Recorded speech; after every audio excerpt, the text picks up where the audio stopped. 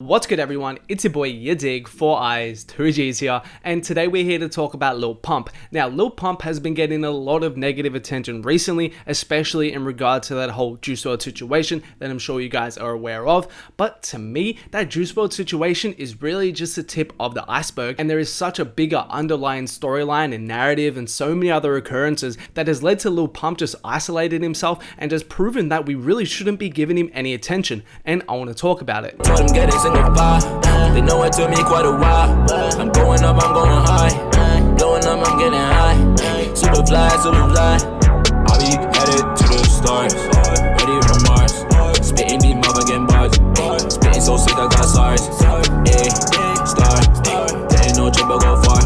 Okay, so firstly, when I use the word cancel, I don't really mean in some like SJW, I'm morally right, or some woke type of way. I really mean it's just like pointless giving this guy attention because it's evident why he does it. And when you break down the type of music he's making right now, one, it's complete garbage. And secondly, his label has completely changed his image to the point where he's basically a Latin artist at this point. And I want to break down what I meant by those statements right there. So if you guys saw my other video on Lil Pump, you would be familiar with a lot of this, but I just want to give a quick synopsis so you guys get the backstory and the context behind this. So basically, the first step in this is Warner, his label, dropping Harvard Dropout with a very rapping sound. And the key thing to understand from this one is that literally every single that he did for this and after this flopped in terms of the rapping sound. So we had singles like Butterfly Doors, flopped, Racks on Racks, flopped, Be Like Me, flopped, Poster, his single after Harvard Dropout, all flopped. They all had that quote unquote traditional Lil Pump sound, if you will, and they completely flopped. So what his label smartly, because they have to be given some props in the way they've been able to do this, did from here was they basically realized nobody actually cares about Lil Pump rapping. Like if you're on this channel, you probably don't even listen to Lil Pump. I used to listen to Lil Pump in like 2016, 2017 before his music showed no progression and just became the same thing over and over again.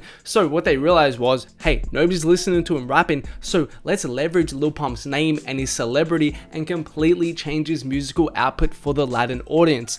And to say this hasn't been a success, I would be a liar, because this has been a huge success, and off the back of this we've seen him have huge records like I'm Around You, or even some of these you can see on the screen right now. Half of his recent releases have had some sort of Latin influence in them, and don't think as a label this isn't a deliberate decision. There's no way Lil Pump goes from making no Latin music or no Latin influence music in 2016, 2017, and I think most of 2018, then all of a sudden 2020 comes around and half of his music has that Latin influence. That isn't by accident, that's been decided to by his label. So we get to his recent releases now. These are 8 of his most recently released songs and features. 4 of them, of which up the top you can see right here, are Latin influence in some way, shape or form, and the bottom 4 are just the standard quote unquote Lil Pump sound or Lil Pump feature or what have you. Okay, so you guys got to understand that the backstory to all of this is, why do I care about Lil Pump anymore if he's just making Latin influence music half the time? So my perspective, my outlook I guess on this right here, as a Western person who mostly consumes American rap, why do I even care about Lil Pump anymore if half of his music is coming out Latin in some way, shape or form? One, the music he's been making since 2018 is completely average, terrible, overdone and shows little to no progression, and secondly, the only progression he really has shown is making Latin influence music, most of which I have no interest in consuming in any way, shape or form. Okay, that's just one side of it though, that's a music side. Then we get into the bigger can of worms, which is him from a PR perspective and the absolutely outrageous things he does for attention. Like, I just wonder what he thinks in his head when he does all of this, because it's just so blatant at this point. He realizes he has to do all of this just to get his name out there and just to get his name popping. Again, I'm sure most of you have seen this right here where he name drops Juice WRLD in a song, which out of everything, I don't know why he would do that. And again, it's nothing else but for attention. He literally knew what this would do. But as I said, that's literally the tip of the iceberg. I just want to go through and check some of these top hits from Lil Pump's attention grabbing stunts recently. Okay, we have the Juice WRLD scenario, fair enough. Then we have the one, oh, it's just sad, where he paints his nails and his toes blue again. All for attention. Why else would you be doing this?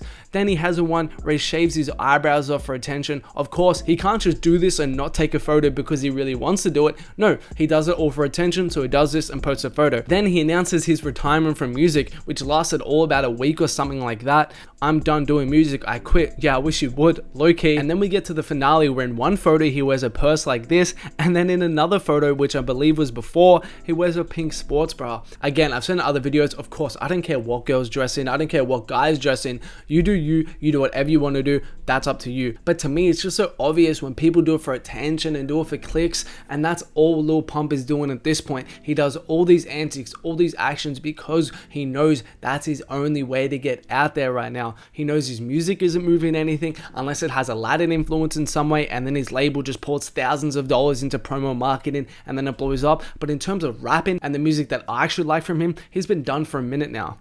Yeah, I don't know. I just wanted to share my opinion on this. Again, I don't mean to say cancel in some sort of SAW sense or anything like that, but to me, musically, I've been done with him for a couple years now. And then secondly, he's just been doing all this Latin stuff, which I'm not even interested in. And then thirdly, if he just continues to do all these antics and these attention grabbing stunts that just make him look worse and worse in the public opinion and that become more and more desperate, it's like, why? Why do I even bother giving this guy attention? How long before people stop giving him attention?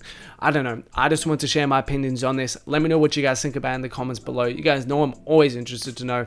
And before we finish, I want to give a couple quick shout outs from the Instagram. Shout outs to Kuruj, I don't know how to pronounce that. Shout outs to UG, shout outs to Jeziel, and shout outs to Gabriel Cardi. Thank you guys for recently following me on Instagram. Appreciate that. If you guys don't follow your boy at Dig, you guys know what to do. Make sure to follow your boy. Also, you can see my SoundCloud playlist on the screen right now. We've got Cardi Uzi playlist, we got D Savage playlist, all curated by me. Link in the description to check them out. And if you haven't, make sure to like, subscribe, comment, turn on notifications, all that good YouTube stuff. You guys know what to do. And there are more videos of mine on screen right now. Make sure to check them out if you haven't.